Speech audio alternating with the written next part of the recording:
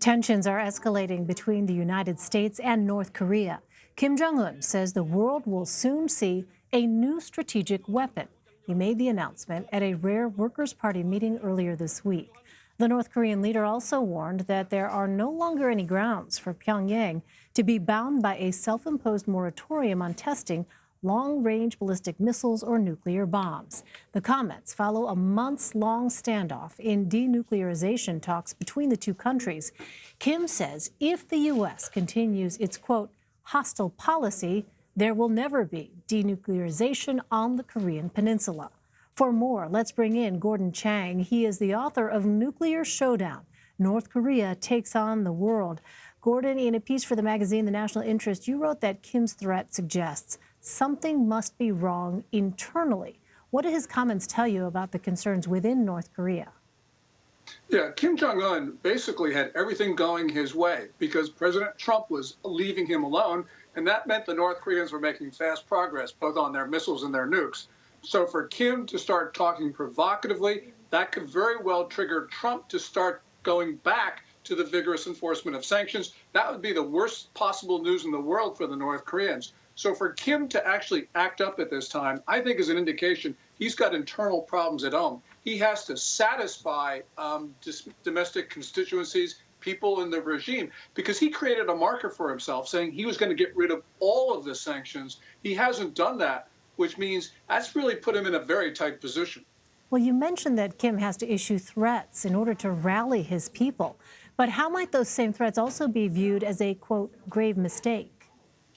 Yeah, because they could force the United States into going back to a policy that made President Trump very successful through the middle of May of 2018, when he was cutting revenue to the North Korean regime, where he was actually robustly enforcing UN resolutions and also U.S. money laundering rules, because the Chinese banks have been handling North Korea's money in violation of our laws. But, you know, once Kim starts a process of confrontation, it pushes Trump back to that successful policy. Since that time, Trump has basically let Kim alone, which means we haven't been enforcing those sanctions, which means Kim has been getting a lot of money. And that's not good for us, but it's been very good for Kim. So what do Kim's threats say about where negotiations with the U.S. stand? I think it shows that in the next several months, we're going to have increasingly heated rhetoric between Pyongyang and Washington. It is going to force the U.S. to take actions that the Trump administration doesn't want to take. Those are not going to be good for the North Korean regime. They're not going to be good for China either. And that really puts Kim, I think, in a difficult position.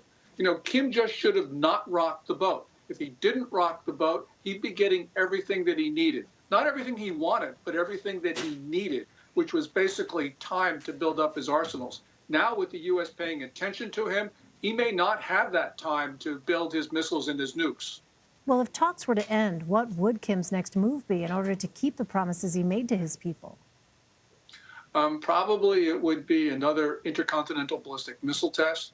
In September 2017, the North Korean foreign minister in New York promised to detonate a thermonuclear device over the Pacific.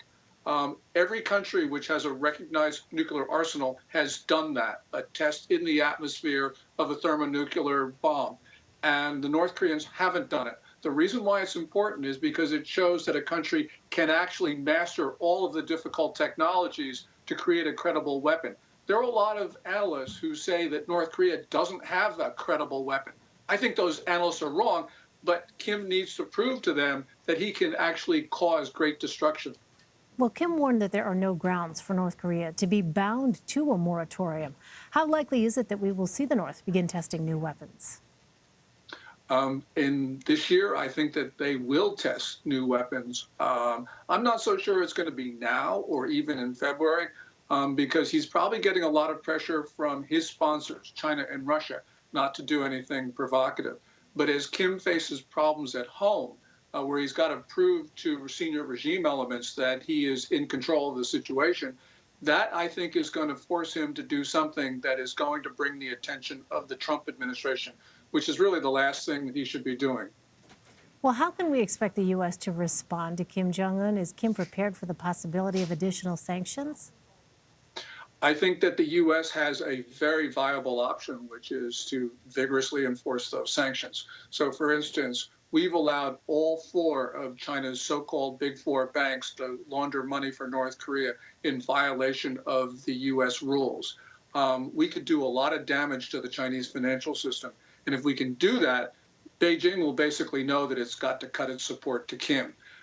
President Trump signaled that he was willing to use financial measures against China when he unplugged a small Chinese bank from their dollar accounts. That was June 2017. We haven't gone after the big Chinese banks. We haven't even fined them. I think that's the next step for the United States. All right, Gordon Chang for us. Gordon, thank you very much. Thank you, Elaine.